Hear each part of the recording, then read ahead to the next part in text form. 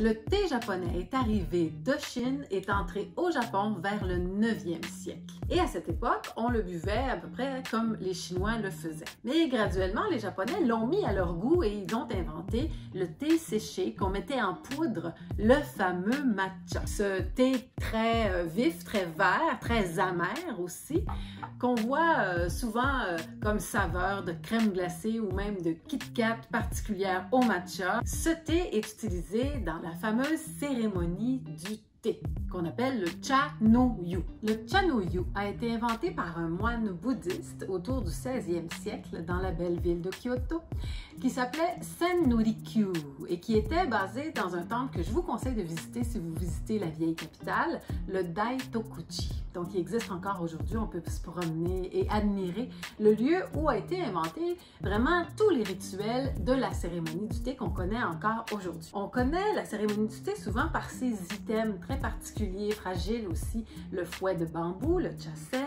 Vous avez le cha-shaku ici, qui est la petite cuillère pour aller chercher le matcha qu'on va servir. Vous avez bien sûr le matcha et vous avez les chawan.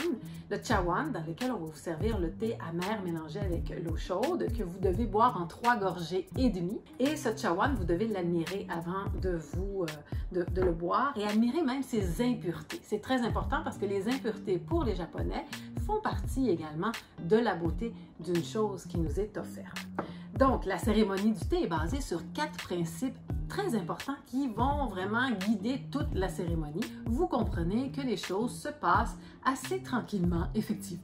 C'est sûr que garder la position pour la cérémonie du thé, ça peut être difficile pour certaines gens. Il y a des cérémonies du thé qui sont beaucoup plus courtes, il ne faut pas s'inquiéter. La cérémonie du thé, Sen-no-rikyu l'a inventé, c'est devenu très populaire, sauf que ça s'est mal terminé pour Sen-no-rikyu qui s'est fait ordonner par le grand chef, le fameux Hideyoshi Toyotomi, de se suicider en 1591 et c'est ainsi que sa vie s'est achevée. Mais on porte encore aujourd'hui son héritage, si on veut, car on pratique toujours la cérémonie du thé comme il l'avait enseigné. Mais il n'y a pas que le matcha, évidemment, qu'on peut boire. C'est un thé qui est assez concentré, très amer et qui a beaucoup de théine, donc c'est pas ça que vous allez boire en soirée, c'est certain. Donc, en fait, les thés sont très variés.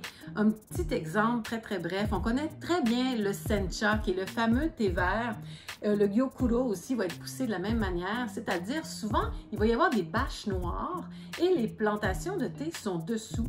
Et ces bâches sont percées par des tout petits trous qui permettent au soleil d'entrer, mais la feuille manque tellement de lumière qu'elle devient verte, très vert vif, et c'est ça qui donne ce goût presque algué, très herbacé du thé japonais, sencha ou gyokuro, particulièrement dans la région de Kyoto. Vous avez remarqué là qu'on dit toujours cha, hein? Parce qu'en japonais, thé se prononce cha. Vous allez avoir aussi, on connaît le kukicha, qui est un thé d'un peu moins bonne qualité. Vous allez avoir le genmaicha, que j'aime beaucoup. Donc, on mélange du riz grillé et parfois même du popcorn. Et on peut même ajouter du matcha à l'occasion. J'en ai avec du matcha ici. On a le hojicha, qui est bu beaucoup en hiver au Japon. Très apprécié. C'est du thé grillé, donc du thé vert grillé, très apprécié. Il y a d'autres types de thé aussi que j'aime beaucoup. Donc, vous allez avoir par exemple le kenkocha, ce qui veut dire le thé de la santé, où il y a 24 types de grains et herbes qui sont mélangés. Je ne sais pas si ça apporte vraiment la santé, mais c'est très bon au goût. Ce qui est intéressant, c'est qu'en été, on ne boit pas du tout le même type de thé. En été, au Japon, on boit un thé froid parce qu'il fait extrêmement chaud. C'est presque tropical dans la plupart des villes du Japon. Donc, on va plus s'orienter vers le mugicha. Donc, le mugicha ou le sobacha, c'est pas vraiment du thé puisque c'est pas la plante qui donne le thé habituellement. Ce n'est pas du Camellia sinensis, comme on l'appelle. Mais ce sera comme ça des poches avec à l'intérieur, pour le mugicha, c'est vraiment du blé. Et on va le mettre dans l'eau froide, on va le laisser tremper comme ça toute la nuit.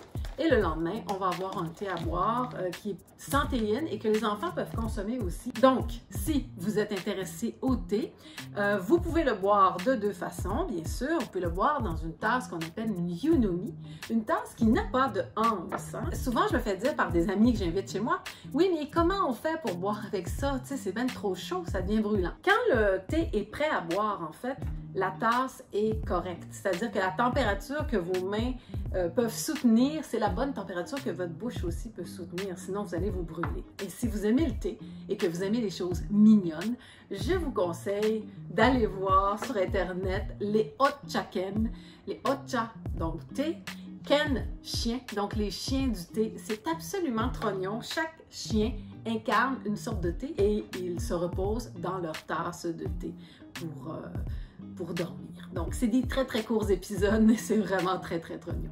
Donc, matane!